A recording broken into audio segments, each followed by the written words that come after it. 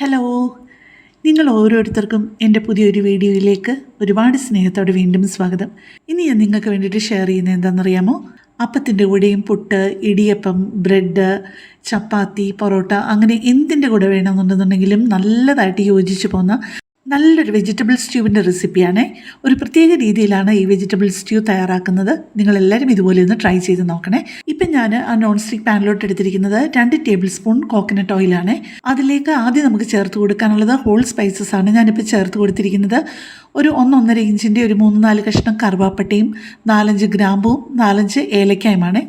അത് ചെറുതായിട്ടൊന്ന് മൂത്ത് വരുമ്പോഴേക്കും അതിലോട്ട് പിന്നെ ചേർക്കേണ്ടത് 2 വലിയ സവാള ഉള്ളി അരിഞ്ഞതും ഒരു 8-9 നമ്മുടെ എരിവിനനുസരിച്ചുള്ള 8-9 പച്ചമുളക് നടുവരെ ഒന്ന് കീറി കൊടുത്തതും 1.5 ഇഞ്ചിൻ്റെ അധികം കനവില്ലാത്ത ഒരു ഇഞ്ചി കഷ്ണം നന്നായിട്ട് ചതച്ചതും അതിൻ്റെ കൂടെ തന്നെ ഒരു 6-7 അല്ലി വെളുത്തുള്ളിയും കൂടെ നന്നായിട്ട് ചതച്ചതാണ് ഇപ്പം ചേർത്തത്.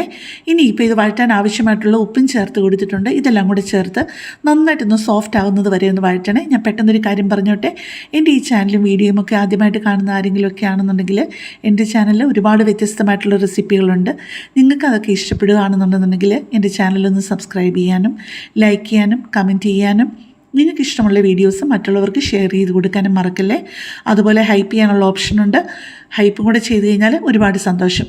നമ്മുടെ ഉള്ളിയൊക്കെ വഴന്നു കഴിഞ്ഞപ്പോഴേക്കും അതിനകത്തോട്ട് ഞാൻ ചേർത്ത് കൊടുത്തിരിക്കുന്നത് ഒരു 3-4 നല്ല വലിപ്പമുള്ള പൊട്ടറ്റോ ചെറിയ ക്യൂബ്സായിട്ട് അരിഞ്ഞതും ഒരു 3-4 മീഡിയം വലിപ്പത്തിലുള്ള ക്യാരറ്റും അരിഞ്ഞതുമാണ് ഞാൻ ചേർത്ത് കൊടുത്തിരിക്കുന്നത്. ഇപ്പോൾ എൻ്റെ കയ്യിൽ ഇത്രയും മാത്രമേ വെജിറ്റബിൾസ് ഉള്ളായിരുന്നു.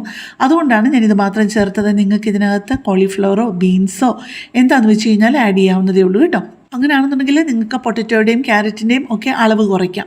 ഇനിയിപ്പോൾ ചേർത്ത് കൊടുക്കുന്നത് 1 ടീസ്പൂൺ ലെവലായിട്ട് കുരുമുളക് പൊടിയും 1/2 ടീസ്പൂൺ ലെവലായിട്ട് കാശ്മീരി ചില്ലി പൗഡറും 1/4 ടീസ്പൂൺ ലെവലായിട്ട് മഞ്ഞൾപ്പൊടിയുമാണ് ചേർത്ത് കൊടുക്കുന്നത്. എന്നിട്ട് ഇതെല്ലാം കൂടെ ചേർത്ത് ഒന്ന് വഴറ്റണേ.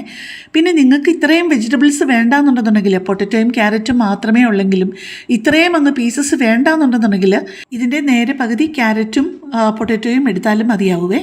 ഇതേ രീതിയിൽ നിങ്ങൾക്ക് ചിക്കൻ സ്റ്റ്യൂ ചെയ്യണമെന്നുണ്ടെന്നുണ്ടെങ്കിൽ പൊട്ടറ്റോയുടെയും ക്യാരറ്റിൻ്റെയും ഒക്കെ അളവ് കുറച്ചിട്ട് ഈ സമയത്ത് ഈ വഴറ്റുന്ന സമയത്ത് ഈ പൊട്ടറ്റോയും ക്യാരറ്റും ഇടുമ്പം തന്നെ അതിൻ്റെ കൂട്ടത്തിൽ ആവശ്യമുള്ള ചിക്കൻ പീസസ് ഇട്ടാൽ മതി കേട്ടോ. എന്നിട്ട് ഇതെല്ലാം കൂടെ വഴറ്റി കഴിഞ്ഞിട്ട് 2ാം പാല് ചേർക്കുക. പിന്നെ അത് ആവശ്യത്തിന് വെന്ത് കഴിയുമ്പം 1ാം പാല് ചേർക്കുക. അപ്പോൾ ഇതേ റെസിപ്പിയിൽ നല്ല ഒന്നന്തരം ചിക്കൻ സ്റ്റ്യൂമായി. ഇപ്പോൾ ദേ നമ്മുടെ പൊട്ടറ്റോയും ക്യാരറ്റും ഒക്കെ നന്നായിട്ടൊന്ന് വഴന്ന് വന്നിട്ടുണ്ട്. ഇപ്പോൾ അതിലോട്ട് ചേർക്കുന്നത് 2.5 കപ്പ് അല്ലെങ്കിൽ മാക്സിമം പോയാലൊരു 3 കപ്പ് ഫ്രഷായിട്ട് ചെറിയ തേങ്ങയെന്നെടുത്ത 2ാം പാലാണ്. നിങ്ങൾ 2ാം പാല് ഈ കറിക്കകത്തോട്ട് ചേർക്കുന്നതിന് മുമ്പ് ചെറിയ കണ്ണുള്ള അരിപ്പിക്കകത്ത് ഒന്നുകൂടെ ഒന്ന് അരിക്കണം കേട്ടോ. അല്ലെങ്കിൽ ആദ്യം നമ്മളിങ്ങനെ ഞെക്കി പിഴിഞ്ഞ് തേങ്ങാപ്പാൽ എടുക്കുമ്പോഴേക്കും അതിൻ്റെ ചെറിയ ചെറിയ തരികൾ ആ തേങ്ങയുടെ അതിനകത്തോട്ട് വീഴും. അതുകൊണ്ട് ഇതിനകത്തോട്ട് ചേർക്കുന്നതിന് മുമ്പ് 1ാം പാലായാലും 2ാം പാലായാലും കൊച്ചു കണ്ണിയുള്ള അരിപ്പയ്ക്കകത്ത് ഒന്നുകൂടെ അരിച്ചു വേണം എടുക്കാനായിട്ട്. എല്ലാം കൂടെ ചേർത്തൊന്ന് ഇളക്കി കൊടുത്തിട്ട് മൂടി വെച്ച് നമുക്ക് കുറച്ച് നേരം ഒന്ന് കുക്ക് ചെയ്യണം.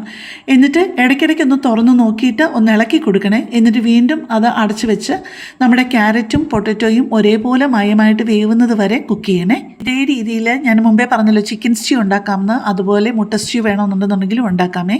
കാരണം ഇതെല്ലാം ഉണ്ടാക്കി കഴിഞ്ഞ് കഴിഞ്ഞിട്ട് ഒരു 5-6 മുട്ടയും കൂടെ പുഴുങ്ങിയിട്ട് കഴിഞ്ഞ് കഴിഞ്ഞാൽ നമുക്ക് ഇതേ ടേസ്റ്റിൽ മുട്ട സ്റ്റ്യൂവും ഉണ്ടാക്കിയെടുക്കാവുന്നതേ ഉള്ളേ. ഇപ്പം നമ്മുടെ പീസസ് എല്ലാം ഒരു 95% കുക്കായിട്ടുണ്ട്. ഇനിയിപ്പോൾ നമുക്ക് അതിനകത്തോട്ട് ചേർക്കാനുള്ളത് ടൊമാറ്റോ ആണ്.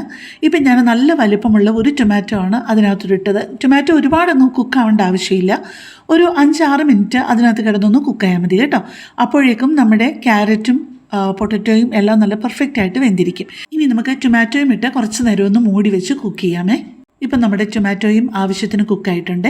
ഇനിയിപ്പോൾ ഇതെല്ലാം കൂടെ ഒന്ന് ഇളക്കി കൊടുത്തിട്ട് ഇനി അതിലോട്ട് ചേർത്ത് കൊടുക്കാനുള്ളത് 2 കാര്യം കൂടെ ഉള്ളൂ. 1ാം പാലും ഒരു 1/2 ടീസ്പൂൺ ഗരം മസാലയും. പിന്നെ ചാറിന് നിങ്ങൾക്ക് കുറേ കൂടെ ടേസ്റ്റും കുറേ കൂടെ നല്ല കുറുകിയ ചാറ് വേണമെന്നുണ്ടെങ്കിൽ ഒരു 8-10 കാഷ്യൂ നട്ട്സ് കുതിർത്ത് വെച്ചിട്ട് അരച്ച് 1ാം പാലിനൊപ്പം കറിയിൽ ചേർത്താൽ സ്വാദും കൊഴുപ്പും കൂടുമേ.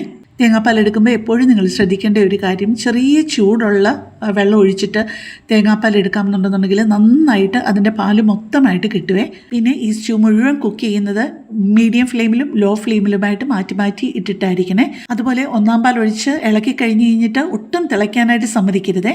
നമ്മുടെ സ്പാച്ചിലയിൽ നിന്ന് ആവി പോകുന്ന ആ ഒരു സമയമാകുമ്പോഴത്തേക്കും നമ്മൾ പെട്ടെന്ന് നിർത്തിയിട്ട്, നല്ല ചൂടുള്ള പാത്രമായിരിക്കുമല്ലോ, അതുകൊണ്ട് തന്നെ എത്രയും പെട്ടെന്ന് നമ്മൾ കുക്ക് ചെയ്ത പാത്രത്തിൽ നിന്ന് വേറൊരു പാത്രത്തിലോട്ട് അങ്ങ് മാറ്റുന്നതാണ് നല്ലത് കേട്ടോ. അപ്പോൾ സാധിക്കുന്ന എല്ലാവരും ഇതൊന്ന് തയ്യാറാക്കി നോക്കിയിട്ട് ഇഷ്ടപ്പെട്ടോ എന്ന് അറിയിക്കുകയും വേണേ. അപ്പോൾ കൂടുതൽ നല്ലൊരു വീഡിയോ ആയിട്ട് നമുക്ക് പിന്നെ കാണാം. താങ്ക്